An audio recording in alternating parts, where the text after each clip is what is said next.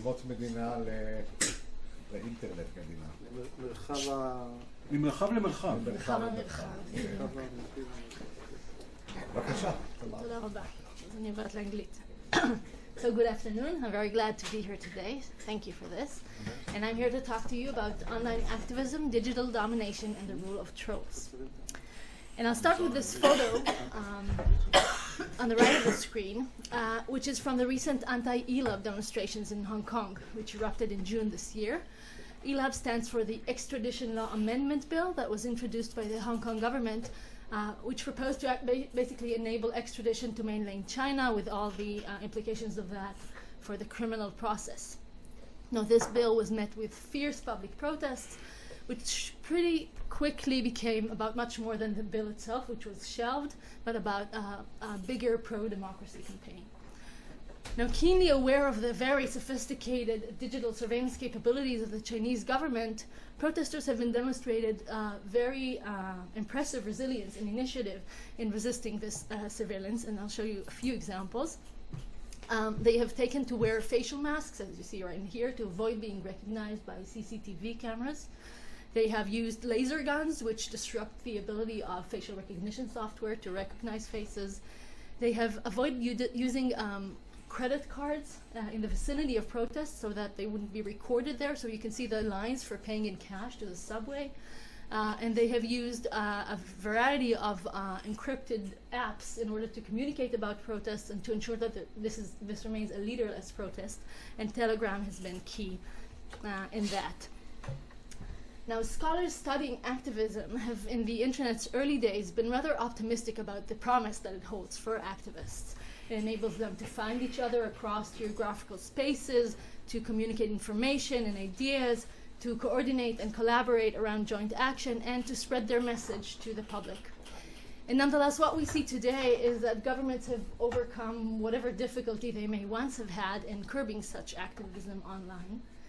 And the various tools that they've used to quell such activism and the respective harms that arise from this curbing has been addressed in academic discourse primarily through the lenses of surveillance and privacy. Now, this article basically offers a new framework for thinking about the many ways in which governments use technology in order to curb activism. And my argument is that the current categories, the current concepts that we have for discussing such practice by governments limits our ability both to perceive what exactly is happening and to understand the resultant harms. So in the following 15 minutes or so, I'll start by introducing this dominant existing framework of the issue as pertaining to surveillance and privacy, and I will then argue that these categories are too limited, and therefore I will introduce an alternative theoretical framework and a new categorization for thinking about the use of technology in order to curb activism by governments. So one preliminary note. This article doesn't address the many concerns that arise with respect to the internet platforms as actors in themselves and the surveillance that they perform of multiple people across the world in various forms. The reason is that this is a discussion that is very widely already being done in the scholarship, in contemporary scholarship, and basically what I'm trying to do is to highlight an additional concern that has to do with the use of governments, by governments of these platforms, that I think is another concern that is not discussed enough. And so the birth and the epitome of surveillance scholarship is Michel Foucault's writing on the Panopticon that was basically inspired by Jeremy Bentham's model of a penitentiary prison. So as you can see in this drawing on the right that was commissioned by Bentham for his work, he had in mind this ring-shaped building that was built around a central tower. And this design was meant to ensure control of the people in the tower, the supervisors, over the prisoners that were held in holding cells around the circular building, the outer ring. Now, for Foucault, this design was not only a way to run and effectively run a prison, but also a metaphor for society. And this was for him a vision of total vision and control on the part of supervisors that is mirrored by self-discipline and helplessness on the part of prisoners. But when you take this metaphor and apply it to society, it was also a question of how power is being yielded by those who have the power to look at, to watch, and to collect information about others, and through that gaze to discipline them. Now, in line with Foucault's work, surveillance scholars, and that's a relatively new academic field, have paid particular attention to the gaze of the state, in our case, so to the paying of attention, the collection of information, the analysis of it, the storing of information on the people that are watched. And in addition, to a lesser degree, they've also discussed the self-disciplining effect of surveillance. So the fact that when we're watched, that makes us feel and behave differently than we might behave and feel without being watched, and that we're led as a result to self-censorship and to conforming behavior. Now, as important and interesting as that is, I think this focus misses something very important about the resilience and the determinacy and the courage that is exemplified by protesters. And that's true for the Hong Kong's protests of the summer, and it's true for others from Cairo 2011 to Gezi Park, Istanbul 2014 to Moscow this summer. And as Zeynep Tufekci, who studies activism and emergent technology, writes in her book regarding the Istanbul protests of which she was part, she said, "In fact, as I stood in Gezi Park, tweeting from a phone tied by law to my unique citizenship ID in Turkey, I knew that the government surely had a list of every protester who showed up in the park with a phone. Despite this fact, once protests broke out on a large scale, the threat of surveillance deterred few people, partly because they felt protected by the scale of the massive protest." So what I read her to say is basically being watched isn't enough for total control. It isn't enough for total self-discipline. People are able and do, in fact, exhibit resilience and resistance to this gaze. Now, the legal complement to surveillance scholarship has been a very strong focus on a particular harm that results from surveillance, and that is the harm to individual privacy. And so there's been a very strong coupling between the two. As Simon Davies writes, there exists a very important relationship between privacy and surveillance.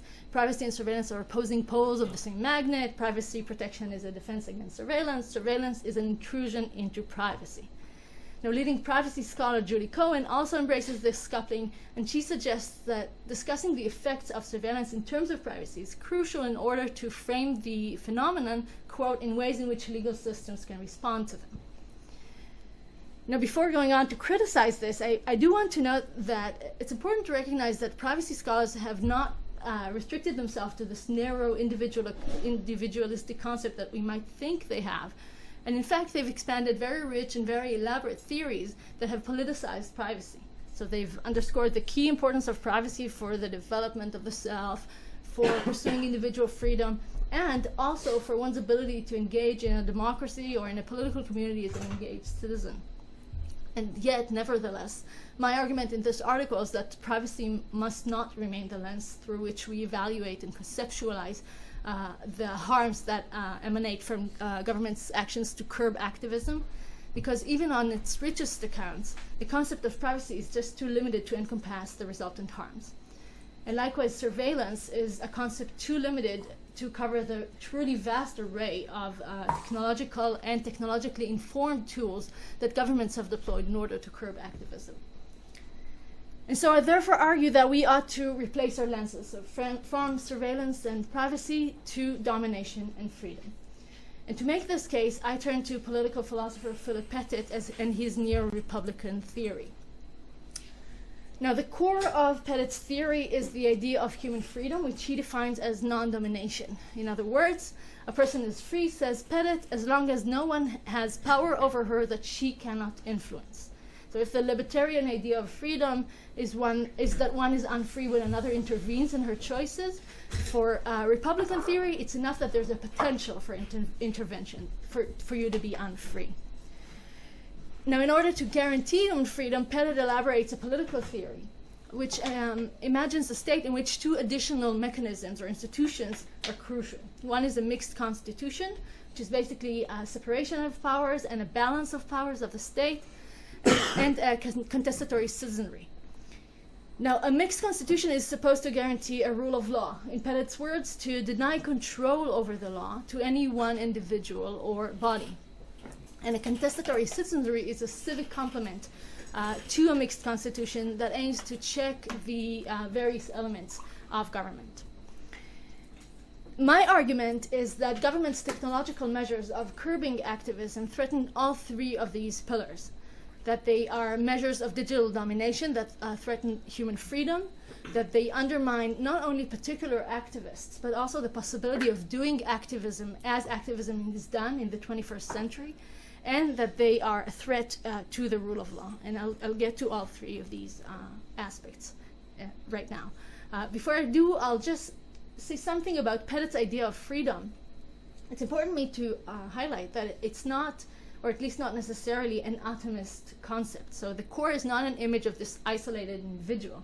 In fact, on my reading of Pettit, his theory is entirely compatible with a vision of a person that is deeply embedded in society, that is situated within it, and whose freedom along similar lines is required in order to allow for this embeddedness and without fear of coercion or domination by others in society.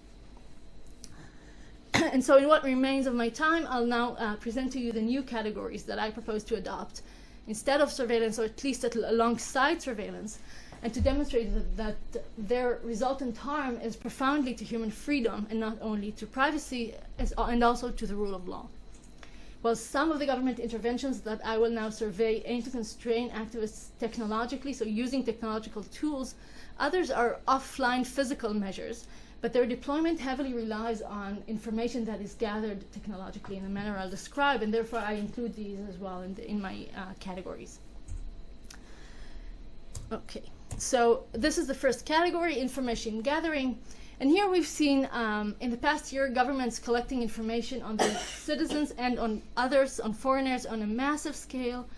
As Edward Snowden's revelations have proved to us, this practice is not at all limited to authoritarian governments, but also democratic countries collect a lot of information both about their citizens and about foreigners. And I'll just name a few examples. These actions include the monitoring of telecommunications, including phone, email, social media messages. This is done, among others, in the US. It includes tapping into the submarine fiber optic cables through which the internet runs, and we know that the US, the UK, France, Germany have all been reported to do this. It includes requiring internet service providers to direct copies of all internet traffic to government servers so they could be monitored and assessed. That's done in Russia.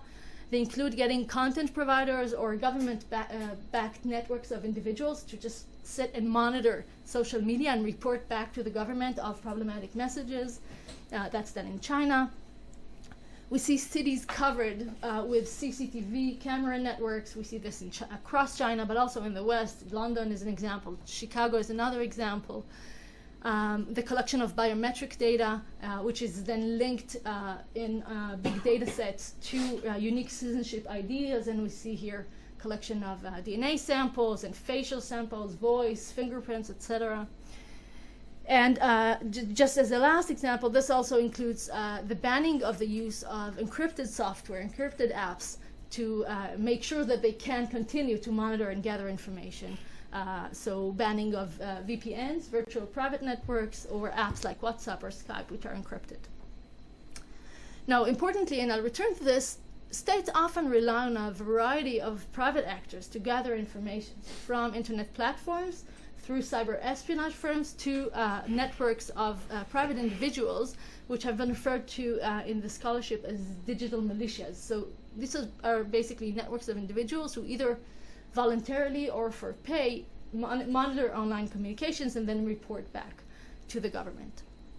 Sometimes these efforts are done, target only particular parts of society, for instance, minorities or criminals or terrorists or activists, and sometimes they're applied to the population as a whole. So this is information gathering. The second category is one I call disrupting. Now here basically we're talking about governments disrupting the communications of activists, and here I refer to various tools that have been used in order to disrupt the ability of activists to disseminate information and also to communicate among themselves, to organize, and to receive, of course, information. And I divide the measures to on a scale basically from wholesale to retail, where wholesale examples include just internet shutdowns, as we've seen in the Indian state of Jammu and Kashmir since August. We've seen that done in Cairo in 2011, a near shutdown of the internet. Iraq has done that in the very recent protests. Iran has recently just lifted the internet shutdown, or is in the process of lifting the internet shutdown that was in effect for the past several days or slightly more. Another example is national firewalls. These are basically content filtering systems that both prevent information from getting out and information to circulate within a country.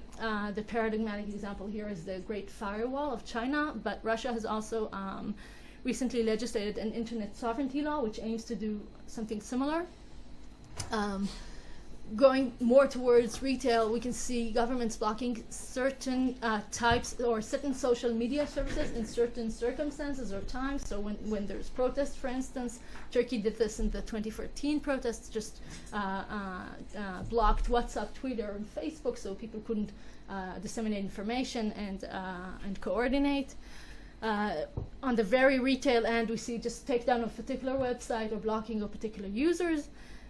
And one last important way of disrupting communication is what is called direct denial of service attacks, DDoS attacks. Basically, these are attacks where servers are just overloaded. You have various computers trying to access the same server again and again over time, and then they just collapse because of the overload, and then activists can't use this to update their websites or communicate, etc. And we've seen this done both in Hong Kong, both in 2014 and 2019, but we have had other examples, including from Azerbaijan in 2017. The third category I call flooding, and this is basically the dissemination of information by governments. And here are just two primary types of this practice, circulating disinformation and drowning out oppositional messages, although the two are often deployed together in tandem. Here, particularly, the use of digital militias by governments has been important. A recent study by the Oxford Internet Institute found evidence of organized social media manipulation in 70 countries. Governments have used either human networks, like troll farms, or bots, which are software designed to mimic human activity online, in order to amplify their message and drown out the opposition. Now, the last two categories I propose to adopt distinguish between the exercise of generally legitimate government authority on the basis of technologically gathered information, like as I discussed in category 1, and this I term policing, and the use of illegitimate and more often privately executed violence, which I term bullying. So under policing, I include the mobilization of generally legitimate public power with a view to silencing civil society or political opposition that is based on information gathered in the manner I described before. And here, just to give a few examples, I include instances in which governments have revoked the citizenship of bloggers, for instance in Bahrain, denied or revoked entry or exit visas. Israel and China are an example. Arrested online activists, so here we have Bangladesh and Turkey, prosecuted activists for tweets, Cambodia, Egypt, Kenya, and Rwanda. I think today there's a Polish philosopher who's standing trial for a tweet as well, Wojciech Sadowski. The Philippines has recently revoked a business license for an online news media website that was critical of the Duterte government. So that's another way to just mobilize the generally legitimate powers of the government for the same goal. And finally, making use of the information gathered in that way, some governments have also resorted to outright violence against activists, and here the murder of Saudi journalist Jamal Khashoggi is the key example. And we have digital forensic activists which have uncovered the spyware trail that leads up to his murder. Basically, a colleague of his, Omar Abdulaziz, himself a Saudi dissident as well, has been, his phone was bugged but with the Pegasus cyber espionage software, the flagship software of Israeli firm NSO. Ex-Israeli. Ex-Israeli, is it? It's located now in the United States. Where? Which basically granted the attackers full access to their communications in the lead up to the murder. Under bullying, I also include the use of violent online as well as occasionally offline attacks by organized networks. These are sometimes orchestrated by government's actors, and particularly I refer to either the clear identification of targets for attack by political leaders, for instance, or just using dog whistle cues to achieve the same end. And we've seen this done, for instance, in Ecuador and in Venezuela, and I have other examples in the paper. And so, as this survey shows, in addition to surveillance, which has received a lot of scholarly attention, a whole host of government action used technology to monitor and silence and undermine civil society and political opposition. And my argument is that the resultant harm from these measures far exceeds that to privacy, because activists deliberately operate in public. They don't wish to be lost in the crowd. They don't expect privacy in their public actions. It's not their privacy that's harmed here. It is their freedom. It's their ability to engage in political opposition in a contestatory citizenry. Now, furthermore, the use by governments of private actors is a threat not only to PETTIT'S triangular corner of human freedom, nor only to that of contestatory citizenry, but it's also a grave threat to the rule of law, which is a key goal of the principle of mixed constitution. In his famous debate with H.L.A. Hart about the legality of the Nazi legal system, one of the strongest claims, I think, made by Lon Fuller was the following. He stressed that the most important affronts to the rule of law by Hitler's government were reflected in the fact that when legal forms became inconvenient, it was always possible for the Nazis to bypass them entirely and to act through the party in the streets. In our contemporary context, government reliance on private mercenaries like cyber espionage firms and private militias to monitor and curb political opposition is arguably the cyber equivalent of acting through the party in the streets, albeit virtual rather than physical streets. And it is equally a grave threat to the rule of law. Now, I'll just end with this comment that for me this research is in large part not only geared towards this one article, but also a platform to develop a broader research agenda on the topic, on the issue of the use of technology and its implications for democracy. And so I already have some follow-up articles that in which I plan to develop, especially the issue of rule of law and the use of private actors. And so I will very much appreciate any comments that would help me further that as well. Thank you.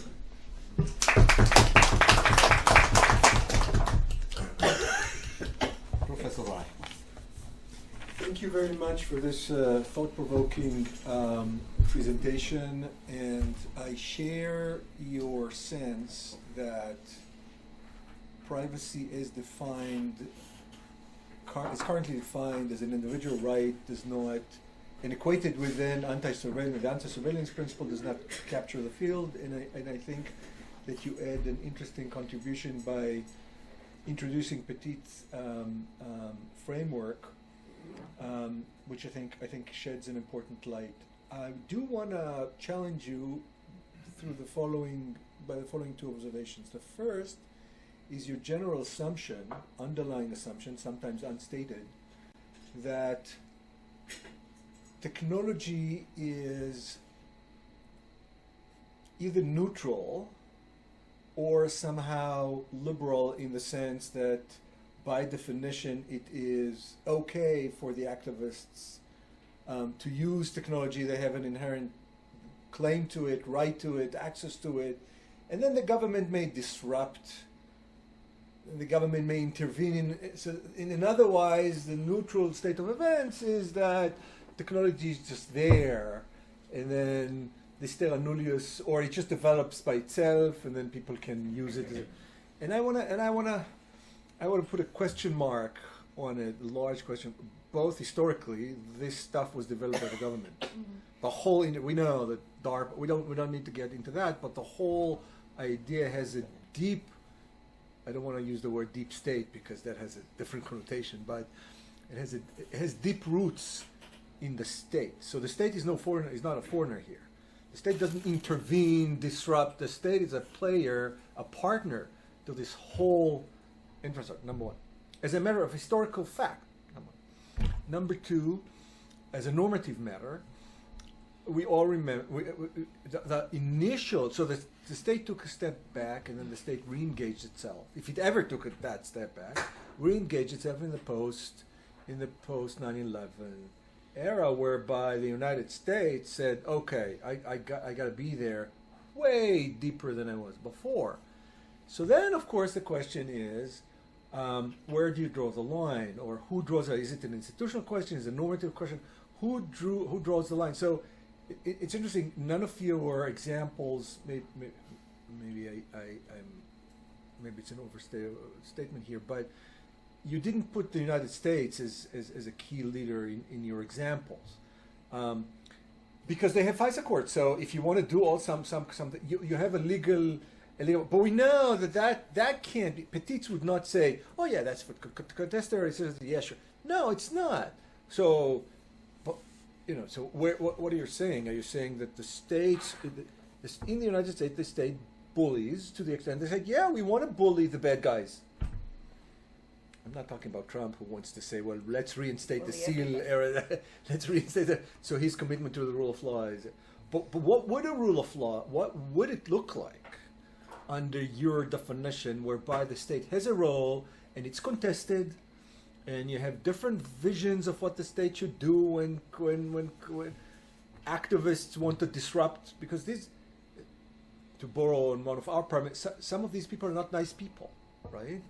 And the state says, I gotta do something. I can't just not be there. So the securitization of this whole field is not as if, oh, it's this nice civil space whereby the state sort of. No, it's the securitization is built into this space. I think from the get-go, and also normatively and institutionally. The last thing I wanna put here, which I think requires some thought from your perspective, is this jurisdictional dilemma. Because what's unique about this social space and this technology is that it crosses boundaries, or traditional jurisdictional boundaries. And then you see the response of, yes, you have to have a local base, and you have to have you covered some of this, but that's not the Khashoggi example is how this stuff is used across jurisdictions. So whatever PETTIT'S has to say, you have to expand PETTIT, because PETTIT doesn't talk about the global constitution, cannot talk about the global constitution or the global mixed constitution. It doesn't work. So because this transcends jurisdictional boundaries, your theory, because the medium that you focus on transcends, your theory must adopt somehow, or expand, refine this notion of localized democratic notion of republicanism. Great, thank you. I'll start in the middle. So about the FISA courts and this supposedly orderly way in which things are done in the U.S., I saw very recent research about FISA courts and how it's ludicrous. Really the government does anything. Yeah, it's ludicrous. Vast amounts of data, metadata, and then run whatever searches they want and get permission in retrospect. So I wouldn't get that this. That cannot be the rule of law, right? No, even though I don't technically it is. No, I don't think it is. I think it's very flawed. The question of where I draw legitimate government intervention is a question that bothers me a lot. I mean, there has to be a degree to which we want governments to use technology for the purposes that we all want them to, and that's security and it's fighting crime and all of that. But I think what we're seeing is this excitement about the capabilities that technology enables armies and police forces, and there's this unwitting adoption, or at least undiscussed adoption, of various technologies without enough public discourse about the harms that arise from them. And so very recently we've seen voices among scholars and among activists to ban facial recognition. This also has been echoed in UN documents, because this software could be so dangerous that but we first adopted it into police forces and into CCTV camera networks across cities in the entire world, and then now we're only getting to even think about it. So I think this is a discussion that has to happen. But one of the reasons why I think it's important to shift away from privacy is that until we politicize this enough, such debate will not be happening. Privacy is not effective. People don't mobilize on privacy, in my impression at least. So that's there's still work to be done. I don't have all the answers, but I think this is an important first step. About the assumption that technology is neutral, I don't assume that. I think technology is a tool, but in some way I'm responding to Ben Cler's rosy account of what the internet can do for democracy and for people to become mass producers of information for each other, and this peer production, etc. And so, and there's also, within writing about activists in the same period, the early 2000s or late 90s, there's this same kind of very optimistic feel about what the internet can achieve. 2011 protests were filled with Right. the globalization. They were, but Sometimes they were people also are the romantic tipping and then they point. wake up. That's fine. They were also the tipping point, because Right. then we saw exactly this shutdown of the internet, and this is also, I think, has also been an impetus for governments who have realized the power of social media and have begun to find ways to curb it, and have really, in a very short period of time, have really been able to close the technological gap and find ways to do that. So I don't assume that, and maybe I need to sort of make that clear in the article. I think it's clear that technology can be used by activists for their own Sometimes uses. activists are bad people also. I mean, Yeah, I mean they could be used by ISIS, right? I mean they have been used by terrorists as well. It's clear. So I don't have this assumption on technology, and I'll try to make that clear. The globalization is an excellent point that I'll have to think about more. This is more transnational than we think. I think the issue of cyber espionage software that's just proliferating in speed that is unimaginable to every authoritarian government on earth, and not only authoritarian, Yeah. all governments. right, is alarming, and there's a call from the UN Rapporteur on Free Speech to hold this and sort of stop the proliferation and have a discussion about what this is doing. And so you're right that we need to sort of this needs to be rethought on a global scale as well. And I don't have a good answer, but I'll definitely have to think about this more. So, as has happened in the previous discussion that we had in the faculty seminar, my point is very close to some of what Amnon has already said. This is alarming. But I think it can be framed. We also had an opportunity to discuss this between us, and I still think, even after discussing this with you, that your basic assumptions are very individualistic in the way that you think about these things. And the reason why is that I think that all of your points can be framed in terms of negative rights. These are rights of non-intervention by the government. And I think the account is, in my view, missing a story about positive rights in the digital world. What would that mean? It would mean exactly the kind of things that I think Amnon was alluding to, namely an institutional way of thinking through kind of from a perspective of a citizen that wants to shape their government in terms of what I want my government to allow and what I don't want my government to allow, and how I want my government to create spaces for me and develop them looking into the future. So it's not only that I want the government not to intervene in something that I already have, it's something that I want the government to allocate resources for, as well as provide ways for me to access and know about what's happening, so that I can participate in the way these resources are put to use. So it's a different framing in my view, and it's much more close to, if I recall correctly, what Brazil and Germany have talked about when they talked about digital self-determination. The idea that as a government we're going to shape the self-determination of our citizens through the development of technology in a positive way. That is missing from your story. Okay, so I will again try to push back this characterization. It seems as if we're dropping into a previous conversation. Yes, right. Excuse us. So it's the contrary, in my view. So the reason you need to enable contestatory citizenry or activism exactly for people to be able to demand the government, whatever it is they want, to be able to shape the government, to be able to contest various policies or offer various policies, but without this ability to communicate and to coordinate around ideas and joint action, etc., that's not possible. So, but to the extent that I'm interested in the negative space of stay out, it is in order to allow for this engaged citizenry that I think is crucial for a democracy, and I view that as a positive rights matter. Wait, just a clarification. under your theory, does the is the government under a duty to do something active in order to provide space for activism, the kind of activism we talk about, to protect against infiltration by other third parties? So can I go to court and say to the government, you must build a firewall now in order to protect my space for activism? Or is it covered by your theory, or you say, oh, I'm not sure, I don't know? I mean, it could if we're talking about building a content filtering system or another way to prevent, for instance, foreign intervention in elections, then yes, I think that is covered. And I'll say more than that. I think if you look at PETTIT'S triangle, sorry, I'll just go back.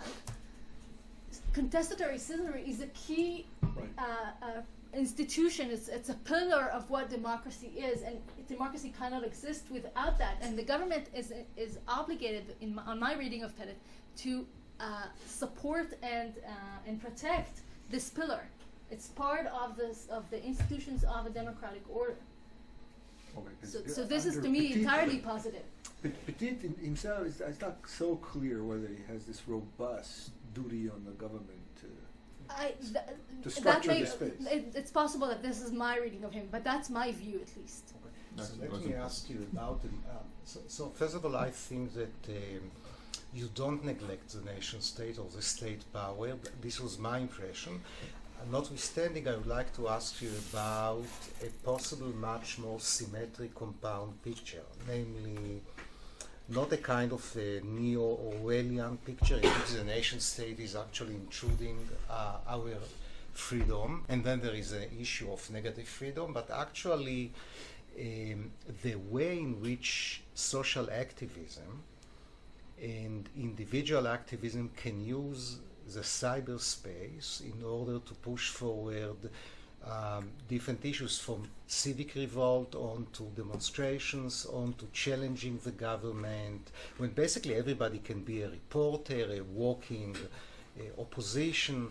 So in that perspective, I'm much more optimistic about the essence of cyberspace modernity. I think that it does allow us some empowerment and some ability to change within the structure of power. And this is an important caveat. I don't think that we can, through the cyberspace, change the structure of the state power, but within that power we can push for more activism.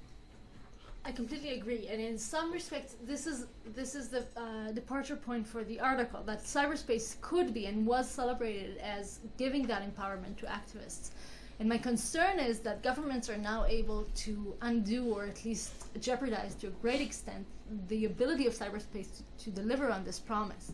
That's the concern. And you see governments just spying, to put it this way, on citizens online, or various other measures that they do that either prevent activists from even using this space, or really curb their ability to use the space in order to achieve the goals that we would like them to be able to achieve.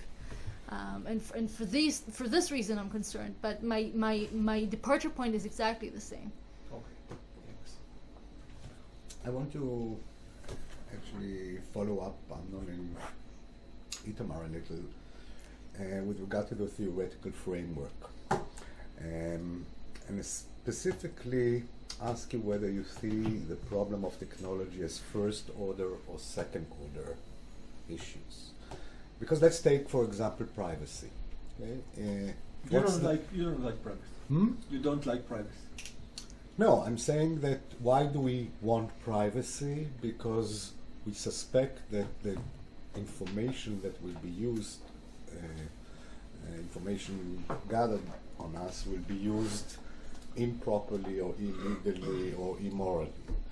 In a setup of a, let's say, pure ideal government, I don't have any problem that they will know everything about myself, that everybody will know everything about each other, okay, if the government... There's no biases. So for me, privacy, or the protection of privacy, is a second order issue, but maybe this is not true for the rest of your categories. For example, flooding of information.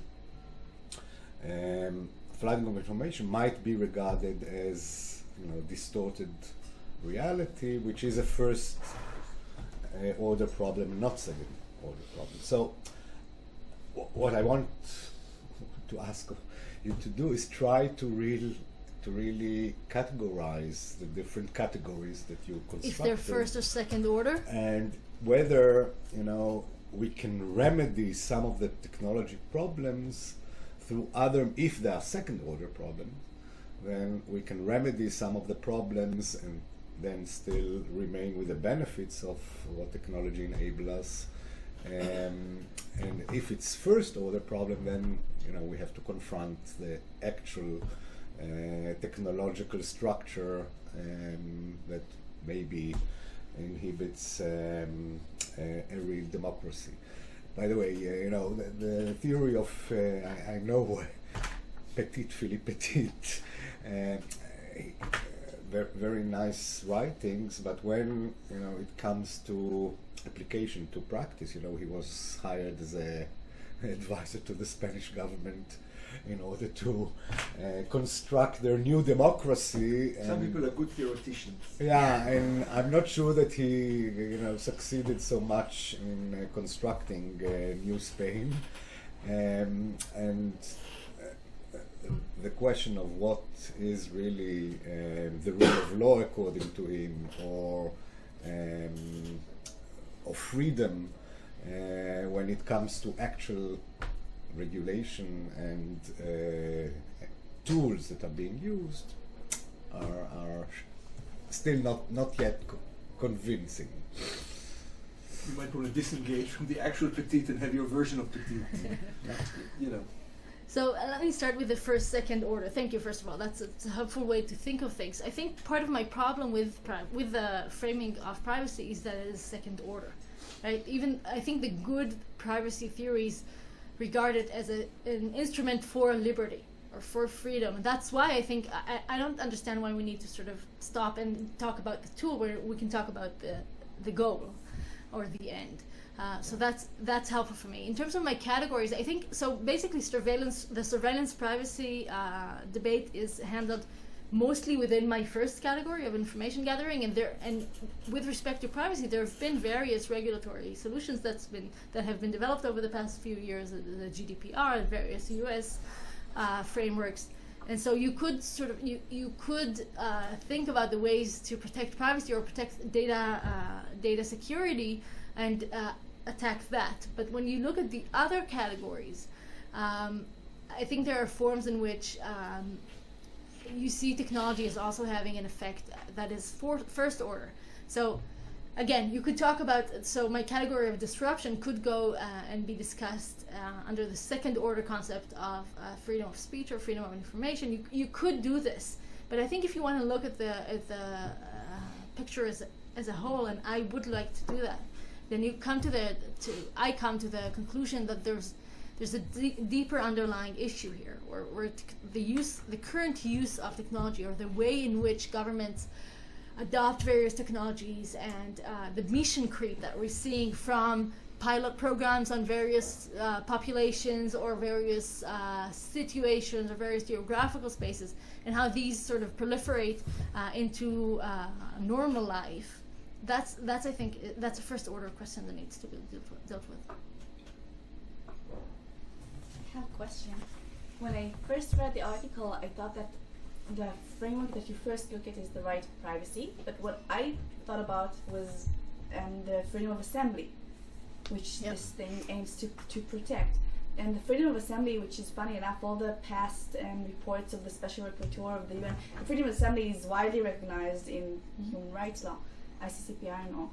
It concentrated about the rights of the protesters to record, to use technology, but it also ensures that they are not being recorded through means like the safeguards there are such as necessity, proportionality, whether it is reasonable to record them if there's a reasonable suspicion that a crime is going to be committed.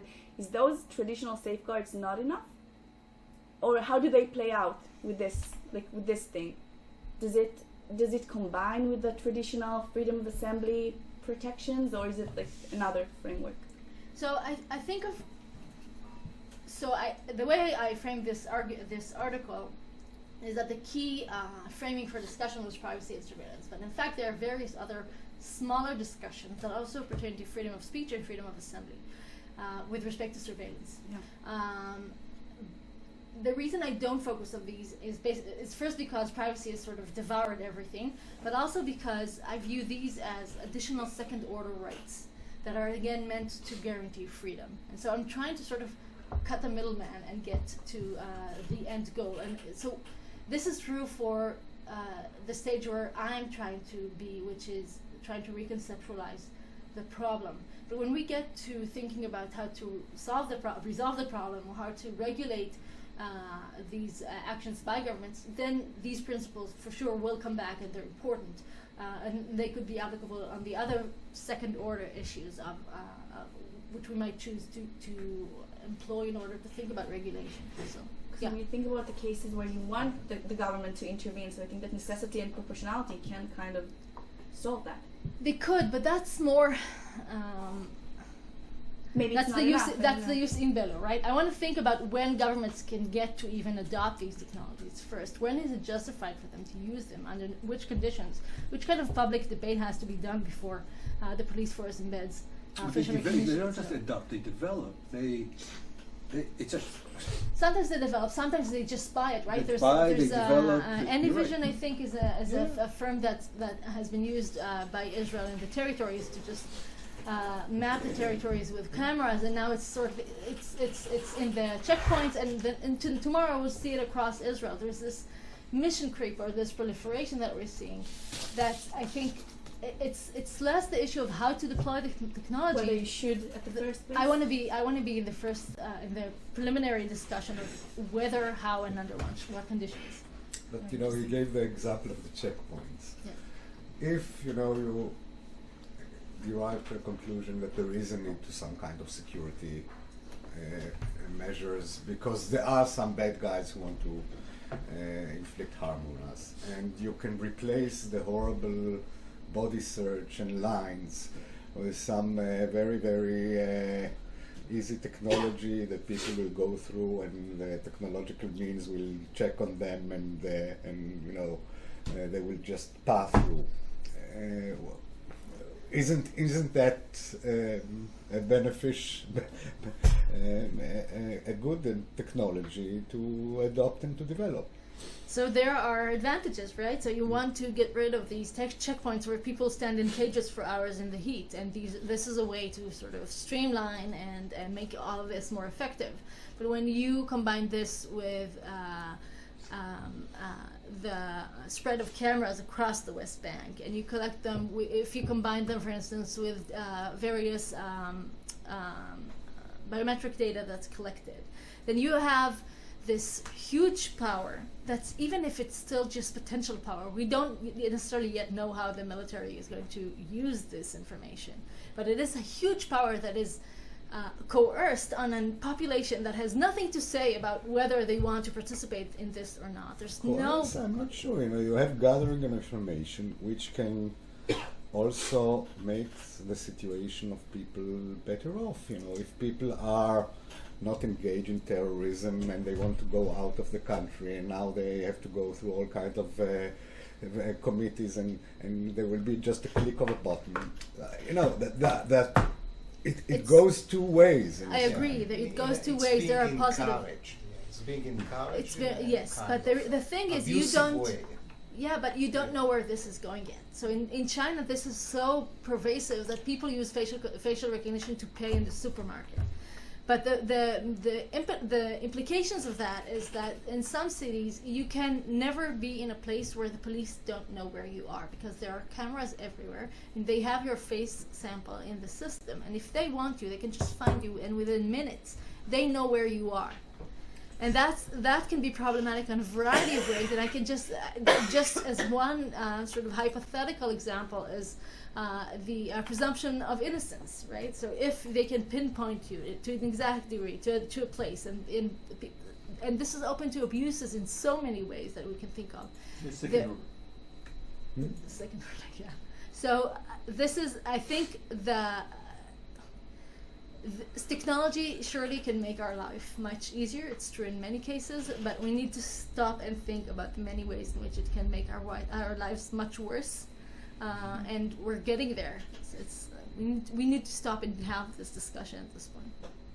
On top of the second order, first order, I think it would be good to look at it in terms of whether it's exogenous or endogenous to the policy, to the real policies and ideologies. Zacharia.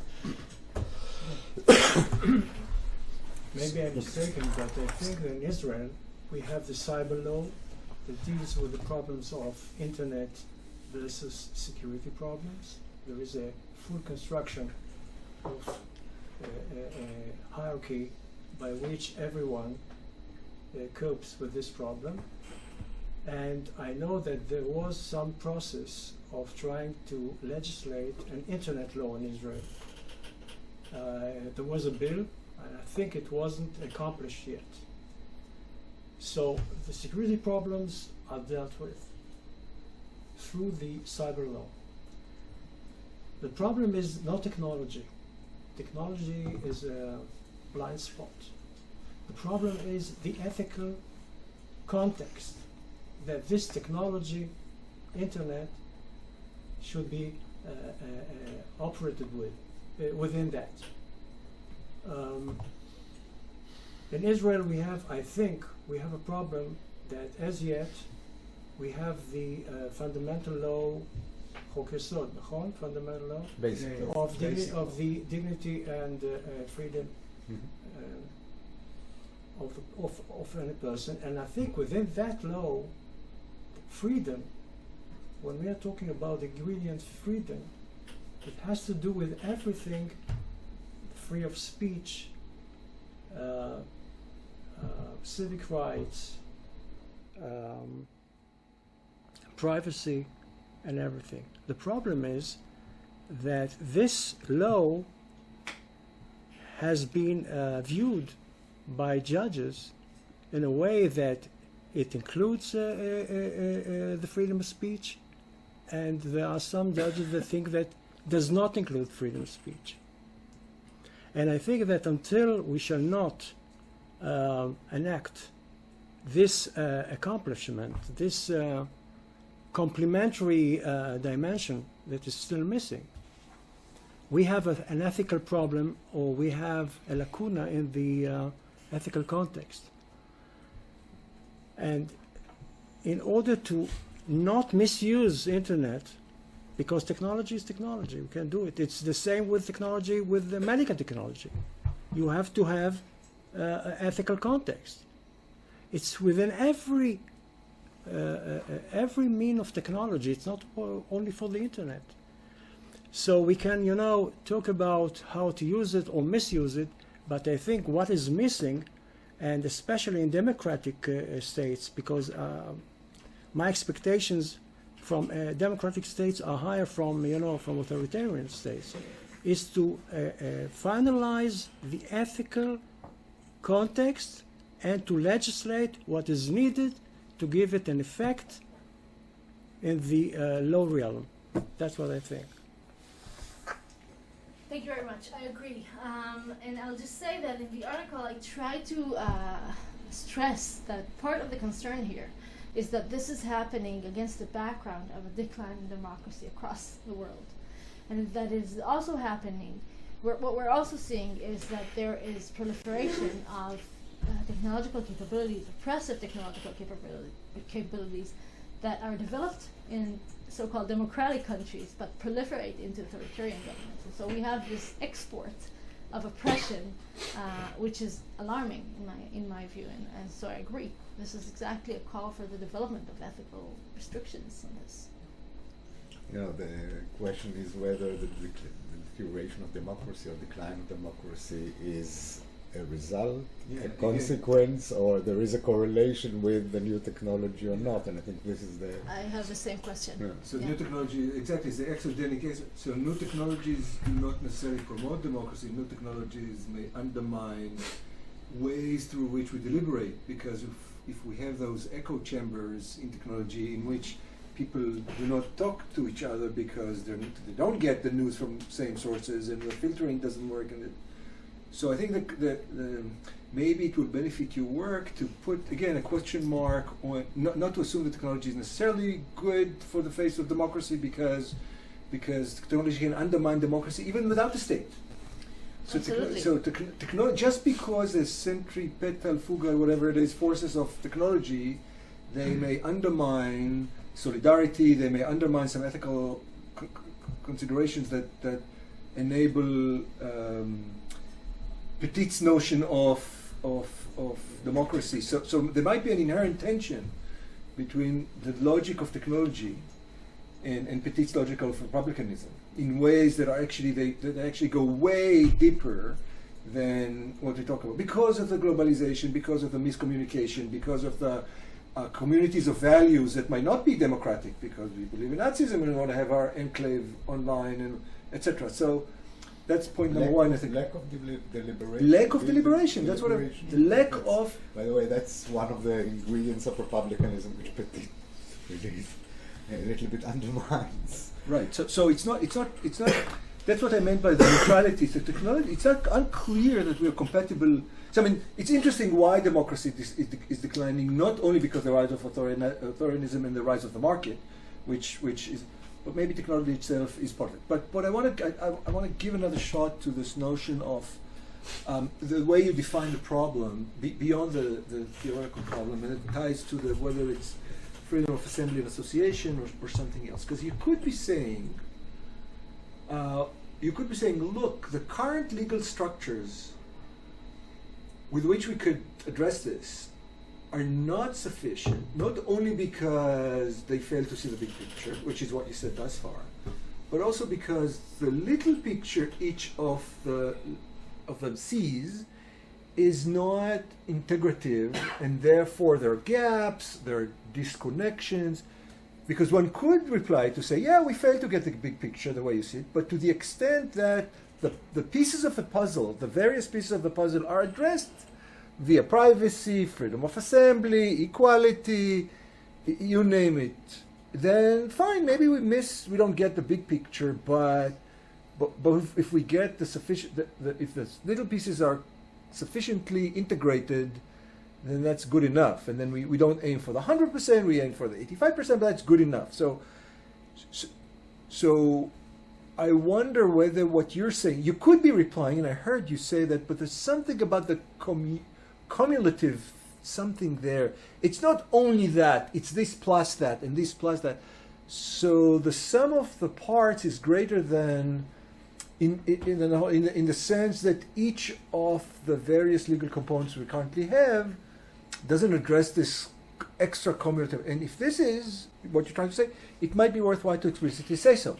So, I mean, to the extent my guesswork is solid here, then maybe you should say so and then explain how.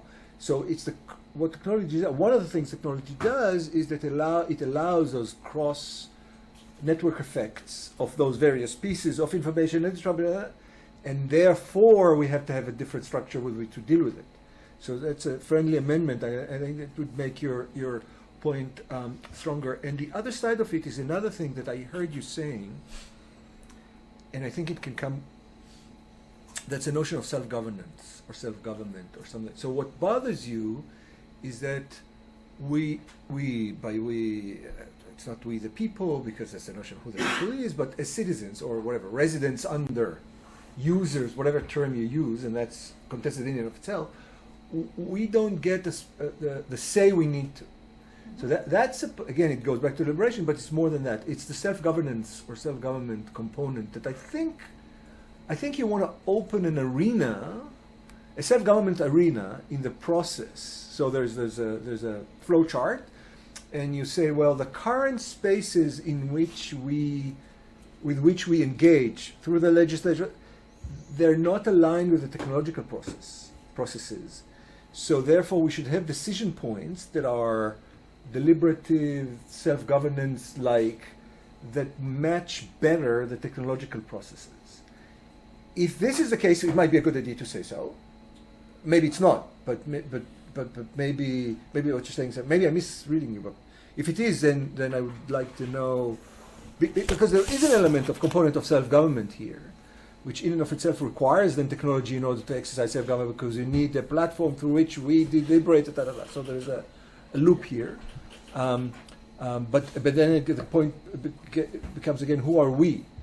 Am I to say now what the standard for developing technology in Canada should be because I'm affected by it, to go back to the jurisdictional component, and how should my voice be counted, and how can I influence, and who's the stakeholder, and all that kind of stuff. So I think there's greater work to at least identify the problem. But if you go that way, and I agree with Amnon, then you are actually into the debate between Habermas and Foucault, right? This is a classic debate. Well, Habermas and Luhmann also. Or Luhmann, can we be more deliberative or more critical of power, a la Foucault? So, yeah. Because there will be power in the deliberative domain. Foucault will tell you, regardless of what you do, power will capture whatever space there is. Exactly. The power will be there. So, and then you have to have some sort of a response that goes beyond Petit to say, how do I deal with power over technology, or with embedded in technology, or embedded in self-governance practices? So it's a bit, it requires greater finesse, I think. Thank you. This is very, very helpful. To me, can I add something? Yeah, sure. Okay. To me, the construction of technology is a second order. I think that the main thing, what you call first order, is again the creation and the adoption of an ethical context in law, because the problem is not only the government. The players in this arena are individuals, corporations, other organizations, and the government. Of course, the government is a very crucial point in all this game. Maybe the dominant factor. But in any case, if we have in place what we miss, I think, we have a proper ethical context. But how do you get there? Then, just a second, then the construction of technology, the development, it's an infinite. We cannot, even think about the prospect of future development. This is not the problem.